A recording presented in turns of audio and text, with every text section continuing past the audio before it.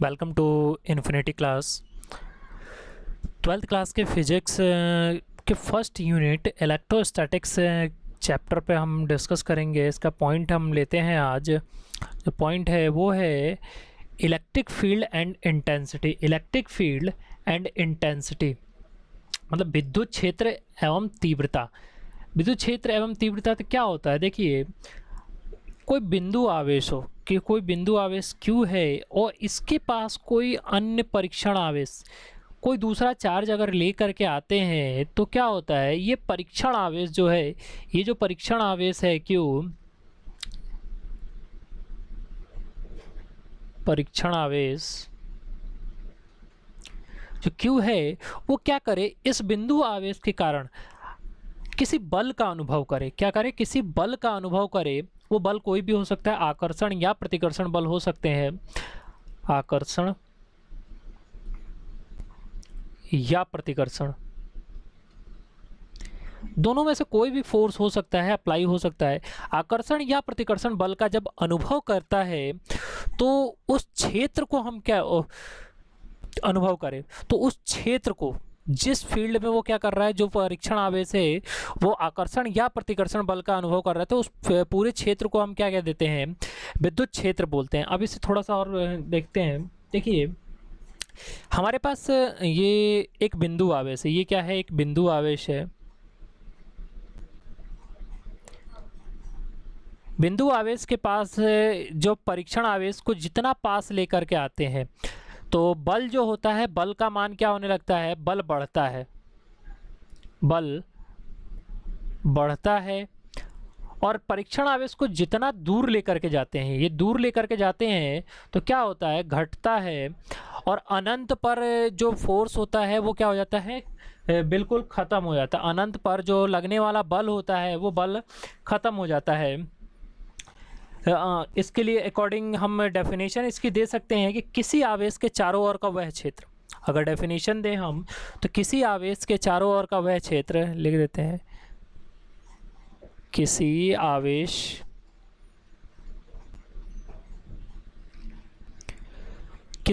के चारों ओर का वह क्षेत्र, चारों ओर का वह क्षेत्र जिसमें, देखिए चारों ओर का वह क्षेत्र जिसमें कोई अन्य आवेश कोई भी परीक्षण आवेश होता है, अन्य आवेश किसी बल कौन सा होगा, आकर्षण बल हो या प्रतिकर्षण, आकर्षण बल हो या प्रतिकर्षण बल का अनुभव करता है तो उस क्षेत्र को विद्युत क्षेत्र कहते हैं। उस क्षेत्र को हम क्या कहते हैं, विद्युत क्षेत्र कहते हैं। ठीक है। और विद्युत क्षेत्र जो होता है उसका सूत्र क्या होता है, विद्युत क्षेत्र का सूत्र होता है E = F/Q0। F = Q0। E जो है वो विद्युत क्षेत्र है, विद्युत क्षेत्र। F लगने वाला बल,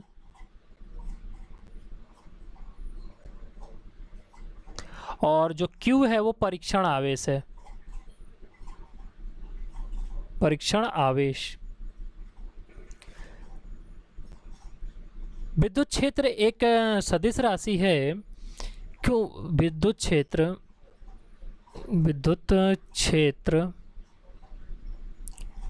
एक सदिश राशि है।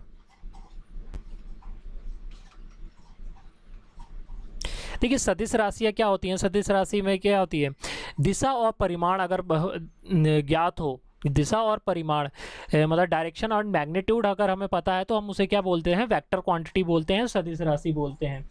ठीक है, उसे हम क्या बोलते हैं, सदिश राशि बोलते हैं। इसको हम एक और तरीके से बता सकते हैं, जो इक्वेशन हमने लिखा था, इक्वेशन क्या लिखा था, E = F/Q0। इसे एक और डेफिनेशन के अकॉर्डिंग हम बता सकते हैं, विद्युत क्षेत्र के किसी बिंदु पर क्षेत्र की तीव्रता, जो क्षेत्र की तीव्रता है, क्षेत्र की तीव्रता उस बिंदु पर प्रति एकांक परीक्षण आवेश पर लगने वाला बल है, परीक्षण आवेश पर लगने वाला बल है। तो अभी आपको बताया था कि ये कोई हमारा बिंदु आवेश है और ये परीक्षण आवेश है, तो इस बल के इस आवेश के कारण इस पर जो बल लगेगा उसे हम क्या बोलेंगे, विद्युत क्षेत्र की तीव्रता बोलेंगे। मतलब इस आवेश के कारण इस पर लगने वाला बल विद्युत क्षेत्र की तीव्रता कहलाता है। अगर हम मात्रक की बात करें, विद्युत क्षेत्र की तीव्रता का मात्रक की बात करें, तो मात्रक के लिए फॉर्मूला आप देखिए F/Q0 है। F फोर्स का क्या होता है, फोर्स के लिए होता है MLT minus two, MLT minus two, और Q होता है AT, Q होता है AT। तो इसकी जो, सॉरी मैं बीमा निकाल रहा हूँ,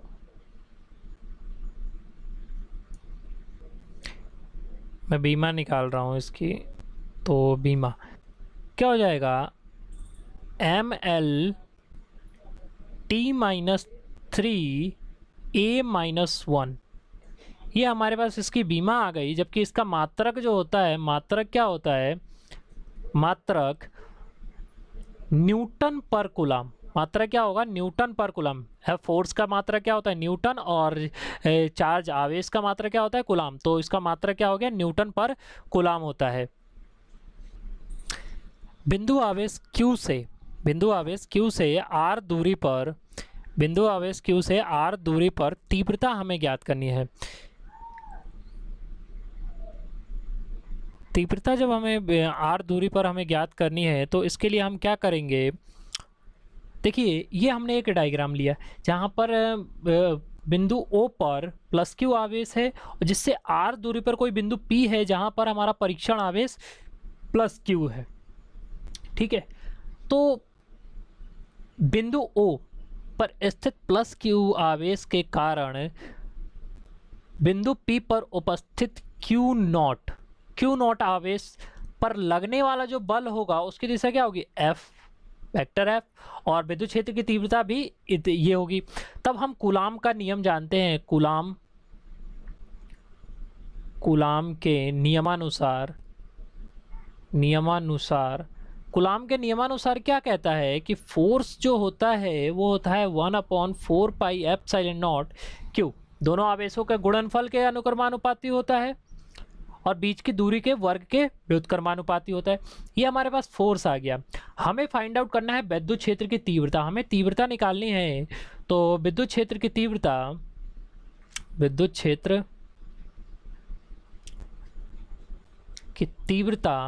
की तीव्रता क्या हो जाएगी, E equal to F upon Q naught, ये सूत्र होता है। यहाँ पर F की वैल्यू हमने ऑलरेडी फाइंड आउट कर रखा है, तो हम F का मान क्या करेंगे, यहाँ रख देंगे 1/4 pi epsilon naught Q not upon R square upon Q not. Q not से Q नॉट कैंसिल आउट हो जाएगा, तो हमारे पास जो बचेगा वो क्या बचेगा, 1/4 pi epsilon naught Q upon R square. ये आ गई विद्युत क्षेत्र की तीव्रता, किसके कारण, बिंदु O पर उपस्थित प्लस Q आवेश के कारण Q नॉट पर कितनी विद्युत क्षेत्र की तीव्रता अप्लाई होगी, वो हमारे पास ये आ गया डेरिवेशन से। ठीक है, देखिए जो विद्युत क्षेत्र है वो परीक्षण आवेश पर कभी निर्भर नहीं करता है। देखिए परीक्षण आवेश पर निर्भर नहीं करता है, जो टेस्टिंग चार्ज है उस पर डिपेंड नहीं करता है। ठीक है, अगला हमारा पॉइंट जो है वो है विद्युत इलेक्ट्रिक डाइपोल विद्युत द्विध्रुव। देखिए विद्युत द्विध्रुव क्या होता है, तो विद्युत द्विध्रुव क्या होता है कि समान परंतु विपरीत आवेश, सपोज करता हूँ ये प्लस Q आवेश है और ये माइनस Q आवेश है, दोनों एक अल्प दूरी 2L पर स्थित हो, तो इसे हम क्या बोलते हैं, विद्युत द्विध्रुव बोलते हैं। डेफिनेशन, दो समान परंतु विपरीत आवेश, समान हो लेकिन विपरीत आवेश हो, मतलब एक प्लस साइन का हो तो दूसरा माइनस साइन का हो, एक दूसरे से अल्प दूरी बहुत कम दूरी, छोटी सी दूरी हो पर स्थित हो, तो वो क्या करते हैं, एक विद्युत द्विध्रुव की रचना करते हैं। द्विध्रुव का मतलब होता है दो ध्रुव, अलग अलग दो क्या हो, ध्रुव हो। ठीक है, द्विध्रुव की रचना करते हैं, और इनको जो मिलाने वाली रेखा होती है ना, इनको जो मिलाने वाली रेखा होती है, इसे हम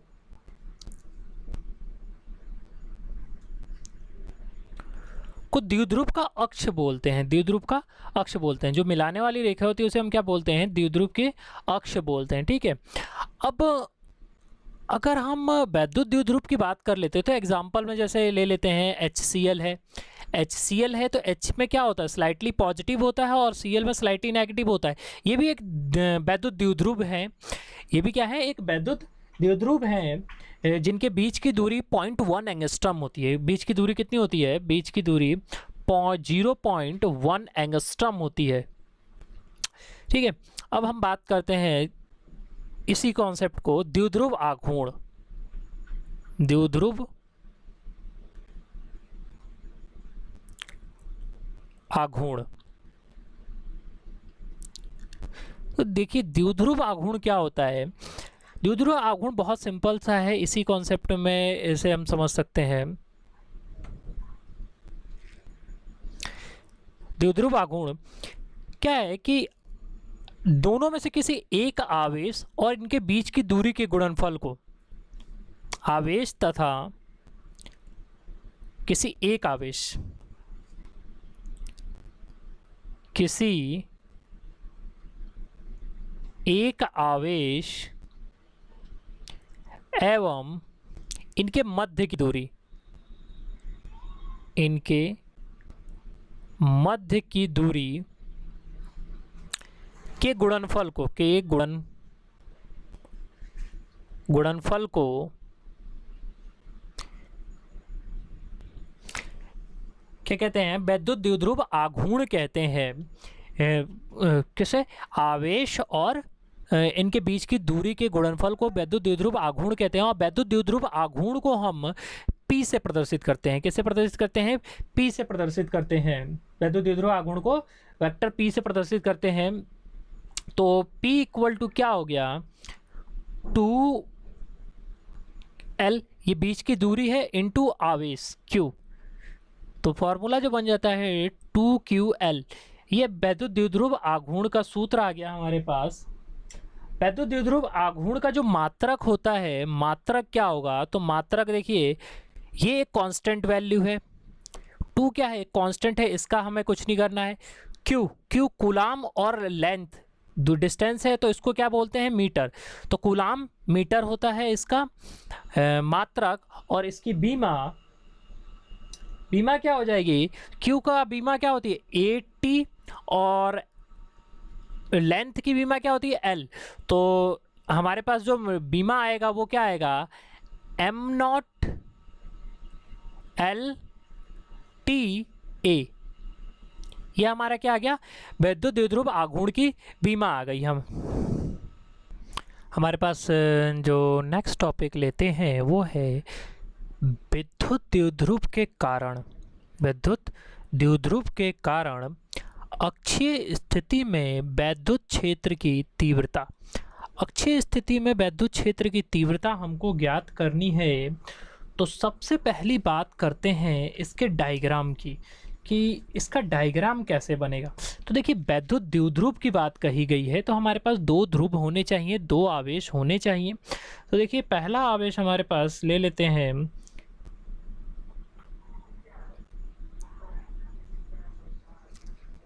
Q, जो किस साइन का है? नेगेटिव चार्ज है, नेगेटिव है।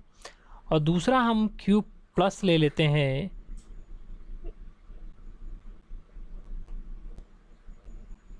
प्लस ले लेते हैं। इनके बीच की टोटल दूरी जो है वो कितनी है? 2L है, 2L डिस्टेंस है। तो इनके मध्य की दूरी कितनी होगी? दोनों के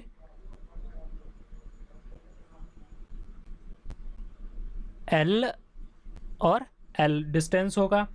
ठीक है, अब इससे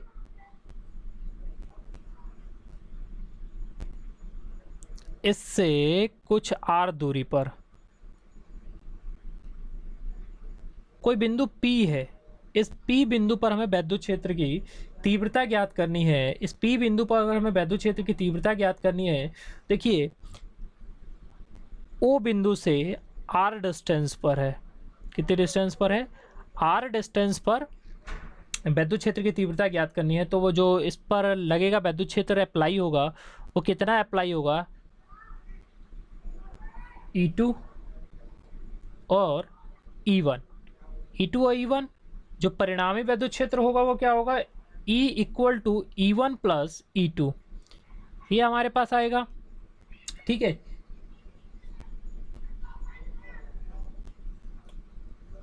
अब हम बात करते हैं कि ये जो ए और बी पॉइंट ले रखा है, तो पॉइंट बी से पी की दूरी कितनी है, पॉइंट बी से पी की दूरी कितनी है, तो देखिए यहाँ से यहाँ तक की दूरी कितना है, आर है। तो आप आर में से माइनस कर दीजिए कितना, एल। तो ये डिस्टेंस हमारे पास निकल गया बी से पी की डिस्टेंस। जबकि हमें ए से अगर पी की डिस्टेंस निकालना है तो ए से पी की डिस्टेंस कितना हो जाएगा, आर ये डिस्टेंस है, साथ में प्लस एल। तो ये हमारे पास इन दोनों के बीच की डिस्टेंस निकल गई। अब देखिए अगर मैं बात करूं कि जो प्लस क्यू आवेश है, क्योंकि हमारे पास इसके कारण भी इस पर विद्युत क्षेत्र की तीव्रता अप्लाई होगा और इस आवेश के कारण भी विद्युत क्षेत्र की तीव्रता अप्लाई होगा। तो हम बात करते हैं कि प्लस क्यू आवेश के कारण, प्लस क्यू आवेश के कारण बिंदु P पर विद्युत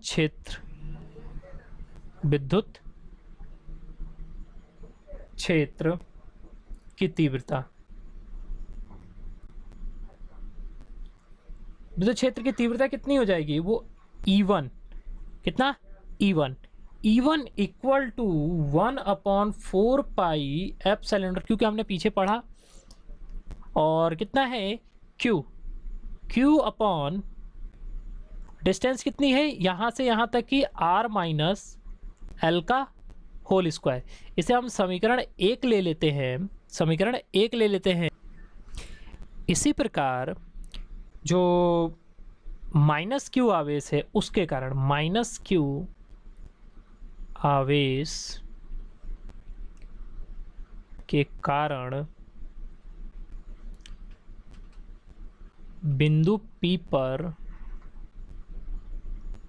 विद्युत क्षेत्र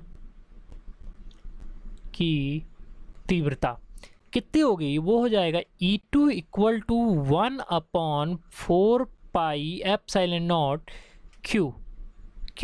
अब देखिए इसके कारण बोला गया है, तो इसके कारण यहाँ से यहाँ तक की दूरी कितनी है, R प्लस एल है, कितना है, R प्लस एल, तो अपॉन R प्लस एल का होल स्क्वायर हो जाएगा, R प्लस एल का होल स्क्वायर।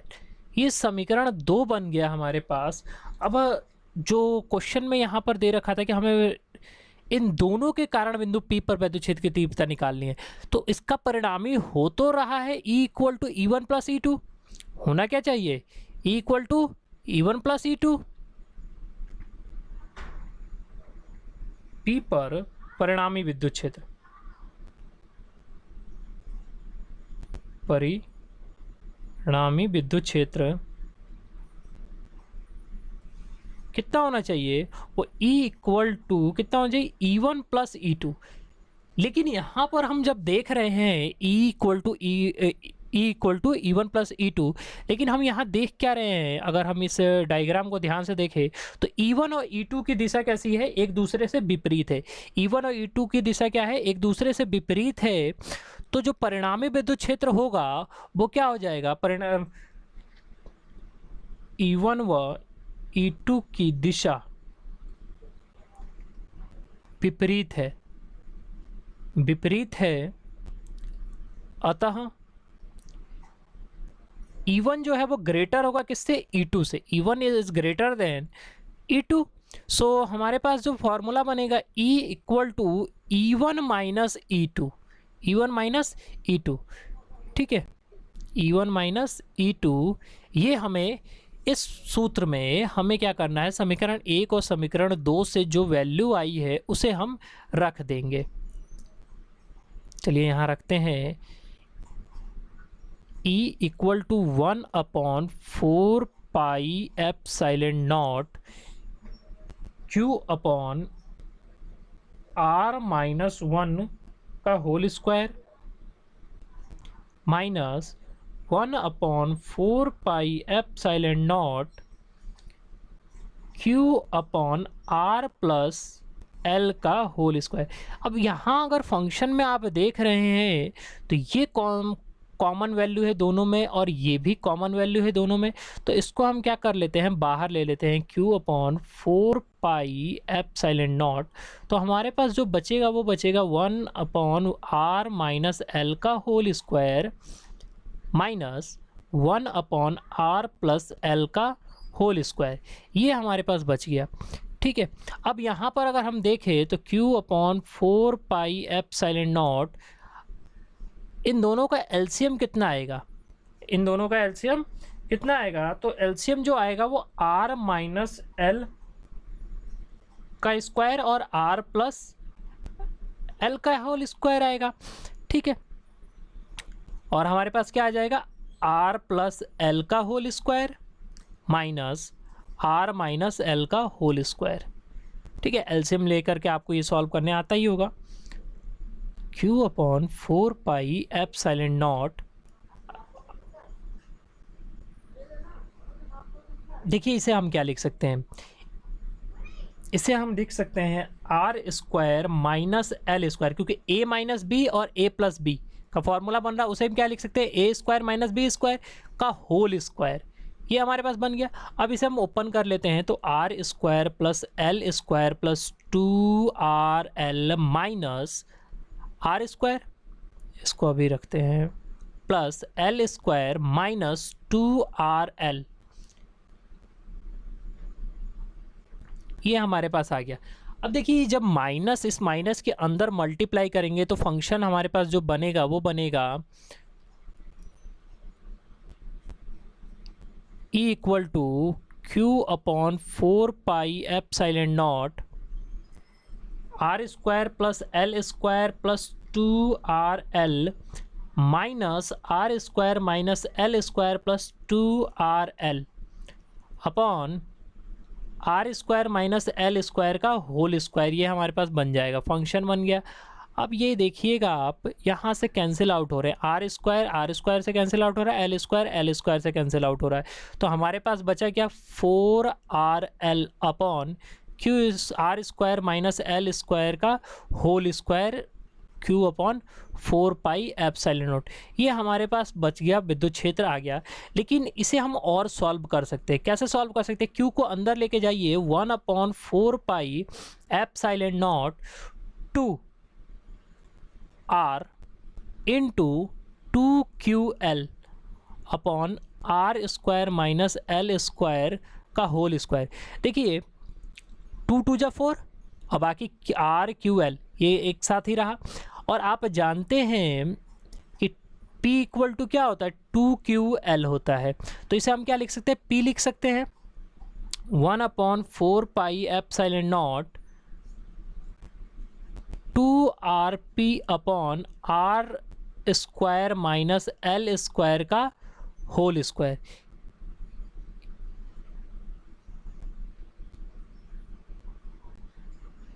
ये हमारे पास विद्युत क्षेत्र की तीव्रता का सूत्र आ गया है। लेकिन अब हम इसमें क्या करेंगे, स्पेशल कंडीशन लगाएंगे, कंडीशन अप्लाई करते हैं, स्पेशल कंडीशन अप्लाई करते हैं कि सपोज करें कि आर स्क्वायर जो है, आर जो है बहुत ही ग्रेटर है किससे, एल से। अगर आर इज ग्रेटर है एल से, मीन्स जो आर स्क्वायर होगा वो भी ग्रेटर होगा किससे, एल स्क्वायर से ग्रेटर होगा। इसका मतलब कि ये जो सूत्र हमने पढ़ा, यहाँ पर एल को हम क्या कर सकते हैं, नेगलेक्ट कर सकते हैं, इसको हम क्या कर सकते हैं, नेगलेक्ट कर सकते हैं। तो हमारे पास जो आएगा E equal to 1 upon 4 pi epsilon naught 2RP upon R square minus L square का होल स्क्वायर। इसको हम क्या कर लेंगे, नेगलेक्ट कर लेंगे, ख़त्म कर लेंगे, हटा देंगे, क्योंकि बहुत ही ज़्यादा छोटा है तो इसे हम हटा सकते हैं। तो E इक्वल टू क्या आ जाएगा, 1 upon 4 pi epsilon naught 2RP upon R की पावर 4। अब R से कैंसिल आउट हो जाएगा तो बचेगा कितना, 3। तो E इक्वल टू हमारे पास कितना आ गया, 1 upon 4 pi epsilon naught 2P upon R cube, 2P upon R cube. ये आ गई हमारे विद्युत क्षेत्र की तीव्रता का सूत्र। ठीक है, अक्षीय स्थिति में निकाला है हमने, किस में निकाला है, ये अक्षीय स्थिति में निकाला गया है। अगर हम निरक्षीय स्थिति की अगले वीडियो में बात करेंगे, ठीक है।